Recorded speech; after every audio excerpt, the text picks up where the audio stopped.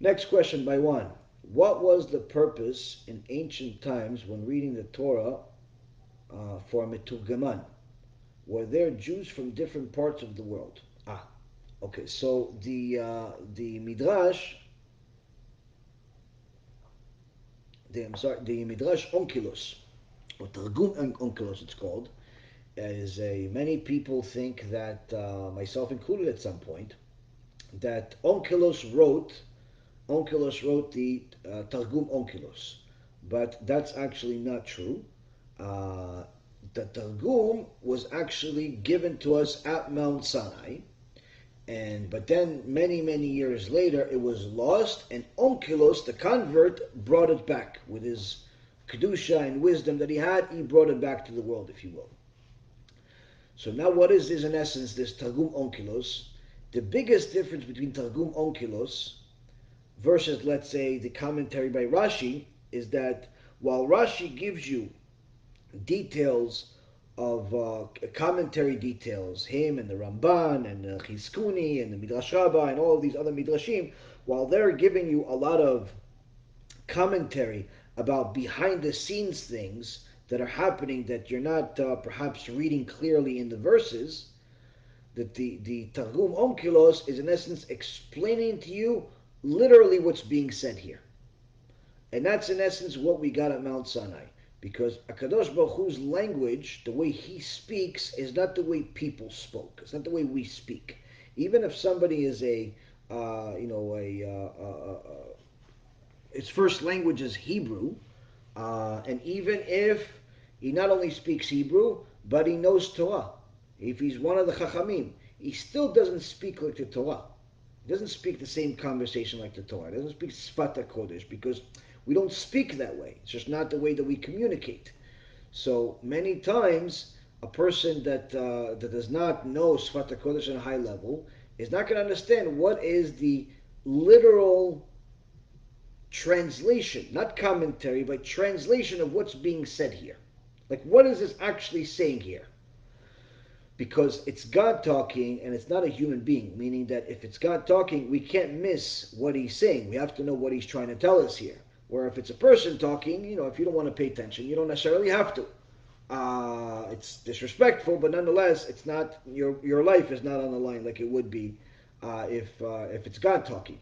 So at Mount Sinai, Moshe Rabbeinu got both the written Torah and the oral Torah, and part of the oral Torah was the Targum, which is in essence telling us what's being said here, literally. No commentary background, but rather just literally what the verse means.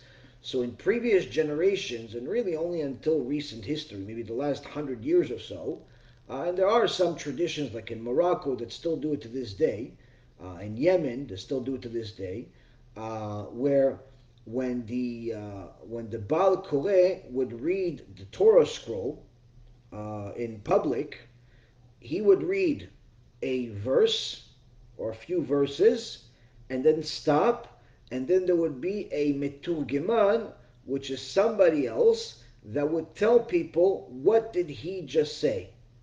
Not because they didn't speak Hebrew, not because they didn't speak Sfat HaKodesh, but to make sure that they understood what is actually being said here. Because the language of the Torah is not everyday language, even for the ones that spoke Hebrew. It's not everyday language because Hashem uses a clean language. So, for example, many times in the Torah, Hashem uses words that are the opposite of what they mean, specifically to keep them clean.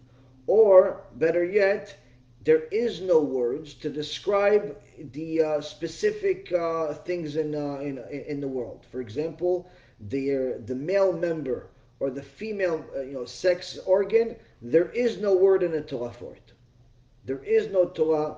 There is words that imply it, but there is no words in the Torah that are specifically that. Like in the streets of today, unfortunately, there's 500 descriptions for it in Shem Yishmo, because people have a filthy mind. HaKadosh Baruch Hu, he doesn't have specific words for certain things because he speaks in a clean language. Same thing goes when he's talking about women and men that are promiscuous.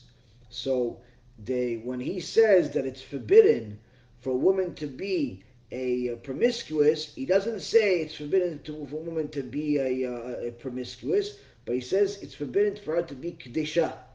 Now, kedisha, if you don't know what's the content of that particular verse, actually means holy, which is the opposite of promiscuous.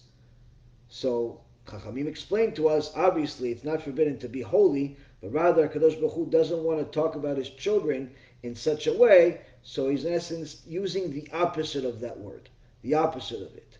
Same thing is used also in the Gemara.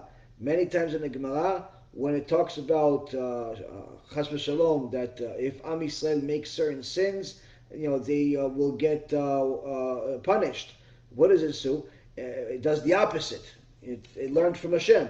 So the Chachamim, they say, if Am Yisrael does this, then all of their enemies will be destroyed.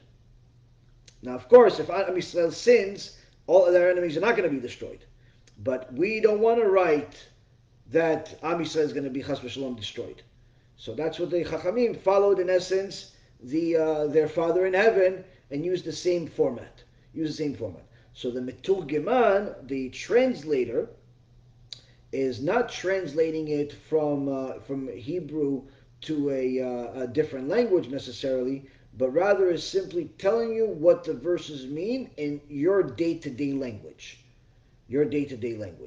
And that was called originally Targum, and then later on, at the time of Onkelos, it was renamed to be Targum Onkelos because he's the one that brought it back to the world.